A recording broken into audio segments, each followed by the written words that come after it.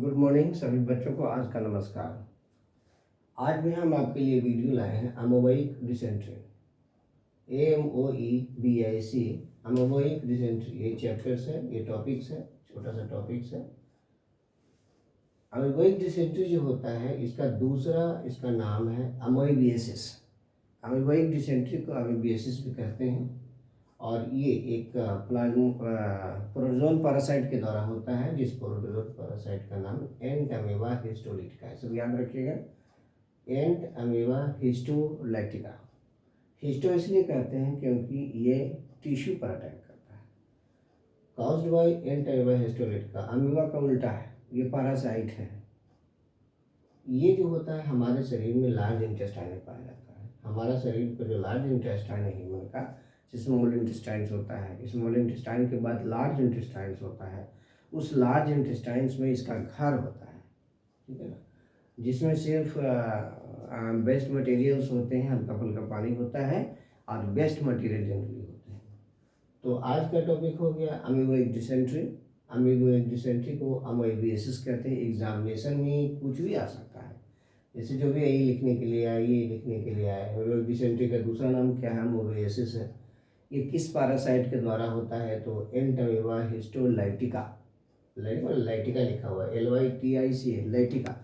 लाइटिका का मतलब होता है टू ब्रेक डाउन। तो किसको ब्रेक डाउन करता है? हिस्टो को। हिस्टो का मतलब होता है स्टडी ऑफ टिश्यू, माने लार्ज इंटेस्टाइन्स में जो दीवार में टिश्यूज हैं उसको तोड़ फोड़ करता है, उसको खाता है, उसको ब्रेक डाउन करता है। तो म्यूकस निकलता है, इसके साथ साथ ब्लड निकलते हैं। इसी का नाम हिस्टोलाइटिका है।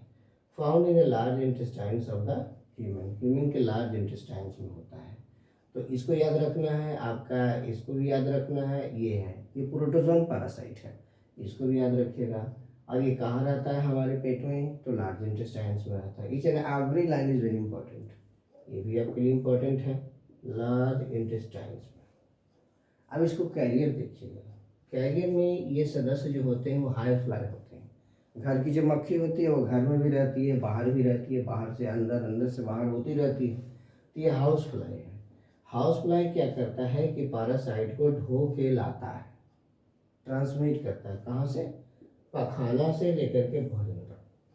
जैसे बाहर सब लैट्रिन करते हैं, मैदान करते हैं, तो जो व्यक्ति इन्फेक्टेड होंगे तो उस पर तो बाहर मक्खी बैठेगी और वो उड़ करके उसके शरीर पर लग जाएगा और वो उड़ के घर में भिड़ जाती है। और घर में हमारा जो भोजन है खुला हुआ है, एक्सपोज्ड है, उस पर बैठ जाएगा और वह हम खा जाएंगे तो हमारे शरीर में चला जाएगा। तो ये होता है हाउस फ्लाई। मैंने इसको कैरी ऑन करने के लिए एक पर्सन से दूसरे पर्सन, दूसरे पर्सन से तीसरे person, the house fly responsible होते हैं। और ये फैसेस होता है। इन्फेक्शन जो होता है कंटेमिनेटेड फूड और वाटर से होता है। हमारा खाना, हमारा पानी ये प्रदूषित हो जाता है। हाउस फ्लाई जो होते हैं वो प्रदूषित करते हैं। अब मान लिया पानी का है, बहुत सारे लोग पहले क्या करते थे कि बाहर का भी पानी, नदी का पानी पी रहे हैं, तालाब का पानी पी रहे हैं, वहीं पर लैट्रिन किया, मैदान बाहर कर दिया, अब पर्सन इन्फेक्टेड है और वो पानी का अंश जो है, सॉरी, वो आपका इसका जो पार्ट है या एंट अमीबा हिस्टोलिटिका का, वो लैट्रिन के माध्यम से पानी में चला गया और वो पानी हम लोगों ने पिया या मवेशी पीता है या लोग वहाँ रहने वाले जो पीते हैं तो उनमें भी हो जाता है। तो वो कंटेमिनेटेड वाटर हो गया। और ये फूड हो गया, तो भोजन तो किसी भी तरह से कंटेमिनेटेड हो सकता है। जैसे मक्खी घर में आई, मक्खी उस लैट्रिन पर बैठी और उड़ करके उसके पैर हाथ में लग गया, घर में आई, घर में आने के बाद भोजन पर बैठ गई तो वो हमारे शरीर में भी चला जाता है। हम उसको खाते हैं तो हमारे शरीर में भी चला जाता है। तो ये सब सिस्टम्स होते हैं आपका इसका इन्फेक्शंस के, कि इन्फेक्शन एक पर्सन से दूसरे पर्सन, दूसरे पर्सन से तीसरे पर्सन में फैलता गया है। इसके अलावा और भी सेक्टर्स होते हैं कि जैसे देहात में वेजिटेबल एरियाज होता है, खेती बाड़ी होती है, साग सब्जी उगाई जाती है, लोग वहाँ पर मैदान कर देते हैं। तो उसका जो अमीबा वाला जो पोर्शंस होता है जो पखाने से बाहर निकलता है वो जनरली साग सब्जी, मूली है, गाजर है, पेड़ पर इधर उधर फैले हुए रहेगा। हम उसको उखाड़ते हैं, बिना धोए हुए खा लेते हैं। तो ऐसे स्थिति में हम पर हमारे ऊपर इन्फेक्शन हो जाता है, वी आर अफेक्टेड। तो इसको याद रखो कि एग्जामिनेशन में जब भी आएगा तो ये सब एक नंबर का नहीं रहता, जैसे कि हाफ नंबर का रहेगा, ये हाफ नंबर का रहेगा, या हाफ नंबर, इस तरह से सीबीएसई एग्जाम में पूछे जाते हैं। जो भी पूछेगा कि भाई इस डिजीज़ का नाम बताइए, इन्फेक्टियस है प्रोटोजन पैरासाइट से, इससे एम्बॉइक डिसेंट्री का दूसरा नाम क्या होता है, और इसको काउस्ट करने वाली जो पैरासाइट है उसका नाम बताइए। तो इंटरवेस्टोलिट का दीजिएगा, ये शरीर में किस जगह पाया जाता है, तो लार्ज इंटेस्टाइन दीजिएगा। इसको कैरी ऑन करने वाले कौन कौन होते हैं, 4 को ऑप्शन रहेगा, जिसमें एक ऑप्शन हाउस फ्लाई है। ये मॉस्किटो से नहीं होता है, ये हाउस फ्लाई ही इसको कैरी करती है। और ये ट्रांसमिट कहाँ से होता है, तो जो फैसिस होते हैं, फैसिस को लैटिन कहते हैं, जो लैटिन किया जाता है वो वाला, उससे भोजन पर आता है।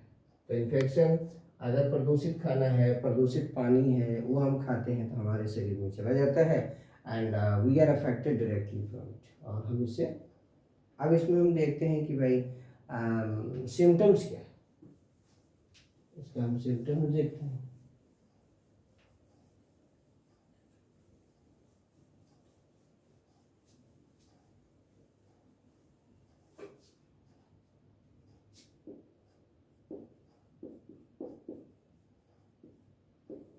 सिम्टम्स होता है, सबसे पहला सिम्टम, इस तरह के जो पेशेंट होते हैं जो इससे प्रभावित होते हैं, उनका सबसे बड़ा पेशेंट सिम्टम्स होता है एब्डोमेन पेन, पेट में दर्द हो। इसे एक एक चीज़ याद रखिएगा कि एग्जाम में किसी भी तरह से कोई भी सवाल आ सकता है। और दूसरा है कॉन्स्टिपेशन, एब्डोमेन पेन है कॉन्स्टिपेशन से।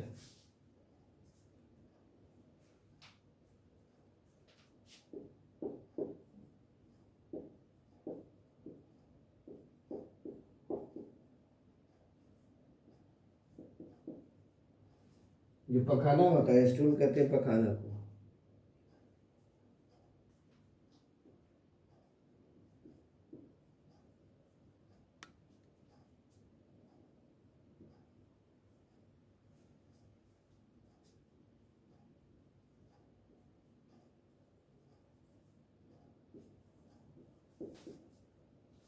ब्लड क्लॉट्स,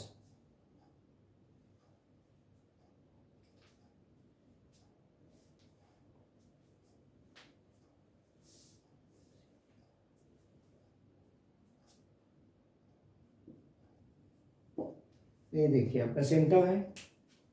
सिम्टम में इस तरह के रोगी, जो इस तरह के रोगी होते हैं, उनका पेट में दर्द हो रहा है, एब्डोमिनल पेन मतलब पेट में दर्द होगा, पेट में दर्द होगा, पेट में मरोड़ आएगा, लगता है हमेशा लैट्रिन होने की क्षमता रहती है, लैट्रिन जाने की इच्छा रहेगी, तो ये पेट में दर्द होगा आपका, पेट में दर्द होगा। क्रैम्प, क्रैम्प का मतलब ऐंठन होता है। कॉन्स्टिपेशन होता है कि पूरी तरह से कब्जियत बना हुआ रहेगा, लगता है कि लैट्रिन नहीं होने देता है, और दर्द रहेगा, कभी कभी ऐंठन होगा, अकड़ेगा शरीर। अच्छा, जब अगर लैट्रिन होगा तो लैट्रिन के साथ साथ म्यूकस रहेगा। म्यूकस का मतलब होता है कि ये जो लाइनिंग है, दीवार होती है आपके, आपका जो इंटेस्टाइन का दीवार होता है, जैसे मान लीजिए कि ये इंटेस्टाइन का दीवार हो गया, ये इंटेस्टाइन देखिए,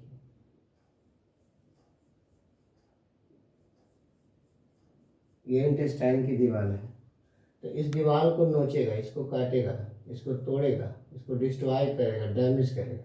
तो ये सब जो होते हैं इसको कहते हैं एक्सेस म्यूकस।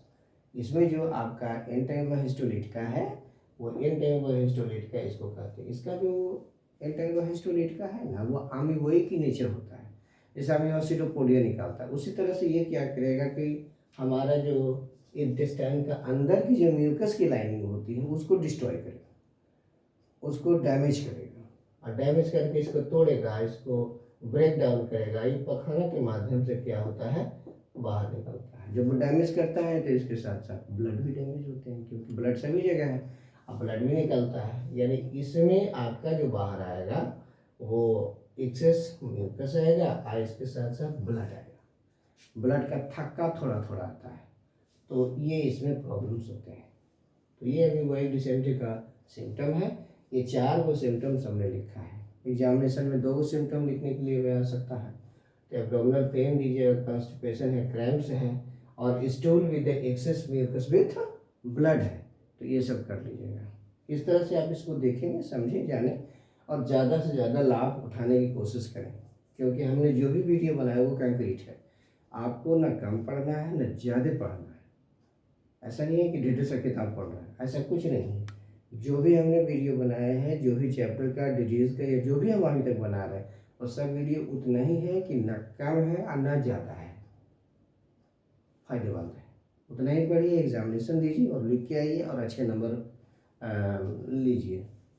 Thank you.